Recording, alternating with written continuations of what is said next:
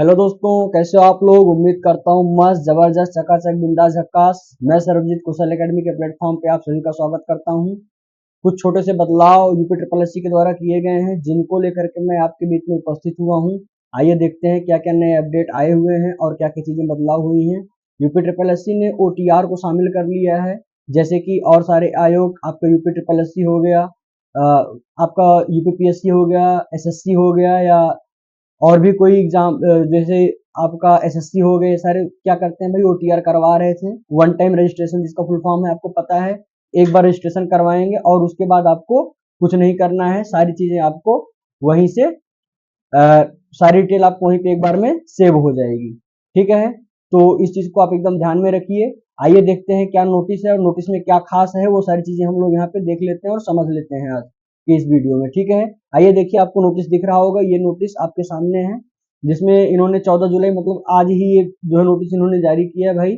ठीक है, आज के ही डेट पे इन्होंने ये जारी किया है 14 जुलाई को ओटीआर में। और इसमें देखिए क्या इन्होंने कह रखा है कि आज से ही ओटीआर की प्रक्रिया को प्रारंभ किया जा रहा है। कब से प्रारंभ किया जा रहा है? 14/7/2026 से प्रारंभ की जा रही है। ठीक है, इसका मतलब आप आज से ही ओटीआर कर सकते हैं। ठीक है, उसके अलावा देखिए आगे क्या इन्होंने दे रखा है भाई। इन्होंने दे रखा है कि ओटीआर करना सभी के लिए अनिवार्य है।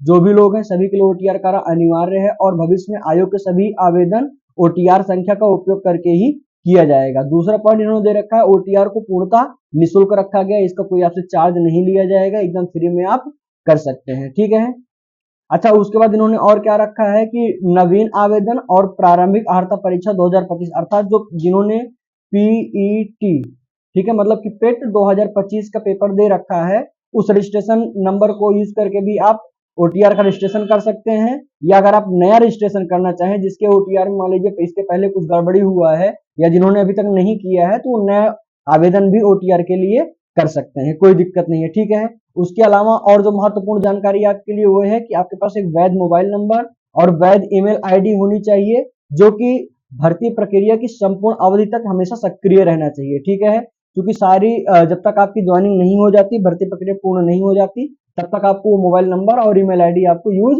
करना पड़ेगा। ठीक है, चलिए आगे बढ़ते हैं और देखते हैं। आपको रंगीन फोटोग्राफ जो है, 6 माह के भीतर की रंगीन फोटोग्राफ आपको अपडेट करना है, ये बात आपको स्पष्ट रूप से समझ लेनी है। उसके अलावा सिग्नेचर के बारे में देखते हैं कैसा सिग्नेचर रहेगा। अभ्यर्थी का हस्ताक्षर हिंदी अथवा अंग्रेजी में होना चाहिए, मतलब आप या तो हिंदी में साइन करेंगे या तो इंग्लिश में करेंगे। ठीक है, अभ्यर्थी अपने हस्ताक्षर की नीचे स्वयं की हस्तलिपि में हिंदी में अपना नाम अवश्य लिखेंगे। जैसे कि अगर मान लीजिए आपने यहाँ पे अपनी साइन किया, साइन के नीचे यहाँ पे आपको जो भी नाम होगा, आप यहाँ पे हिंदी में अपने उस नाम को लिखेंगे जरूर। जैसे कि आप लोग अगर आपने ट्रिपल एससी का फॉर्म इसके पहले भर रखा होगा, आपने वैसा किया होगा। ठीक है, ये नीचे में हिंदी में अपना पूरा नाम अवश्य आपको लिखना है।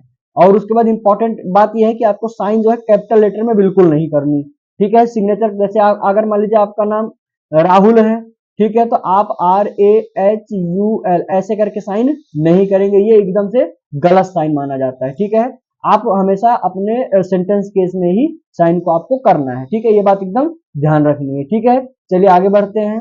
ओटीआर से संबंधित और जो भी जानकारी है यहाँ पे आपको दे देते हैं। ये इंपॉर्टेंट जानकारी तो इतनी ही थी फिलहाल। बाकी ओटीआर प्रक्रिया में अगर किसी को कोई दिक्कत आती है तो आप हमसे संपर्क कर सकते हैं। आप हमारे पास कमेंट बॉक्स में कमेंट कीजिए, आपको सारी जानकारी अवेलेबल करवाई जाएगी। ठीक है, और उसके अलावा देखिए एक बार केवल आप ओटीआर जो है एक ही बार करेंगे तो ज्यादा अच्छा है। दोबारा करने पे हो सकता है कि आपका अभ्यर्थन निरस्त कर दिया जाए, क्योंकि उन्होंने नोटिफिकेशन में लिख रखा है क्लियर तरीके से। ठीक है, और बाकी आपकी जो है गोपनीयता को बनाए रखना आपकी जिम्मेदारी होगी। ठीक है, चलिए थोड़ी सी इन्फॉर्मेशन आपको और दे देते हैं भाई। अगर आप यूपी ट्रिपल एससी के किसी एग्जाम की तैयारी कर रहे हैं, जैसे कि मान लीजिए आप लोअर पीसीएस की तैयारी कर रहे हैं, तो आप लोगों के लिए एक छोटी सी इन्फॉर्मेशन है कि लोअर पीसीएस में 20 नंबर का हम आपको 20 नंबर की प्रैक्टिस जो है क्वेश्चन की करवाने वाले हैं, जिसमें आपका साइंस एंड टेक होगा, और आपका इन्वायरमेंट होगा, और उसके अलावा जो आपका डिजास्टर मैनेजमेंट है। ये 3 टॉपिक से मिला करके इन दोनों टॉपिक से आपका 10 नंबर का आना है, और इस टॉपिक से आपका 10 नंबर आना है। ठीक है, ये 20 नंबर का हम प्रैक्टिस आपको कराने वाले हैं, और पर डे एक वीडियो आपको अवेलेबल होगा, और हो सकता है कि हम प्रैक्टिस सेशन आपको लाइव करवाएं।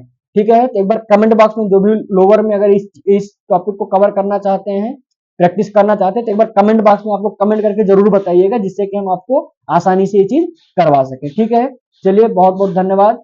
हमें उम्मीद है कि आप लोगों को वीडियो बहुत पसंद आया होगा, अच्छा लगा होगा, तो चैनल को सब्सक्राइब कीजिए, वीडियो को लाइक कीजिए, और जो भी SSC के बच्चे हैं उनके बीच में इस वीडियो को आप लोग शेयर कर दीजिए, जिससे कि सारे बच्चे इस इंफॉर्मेशन को क्लियरली समझ लें। ठीक है, thank you, all the best, keep it up.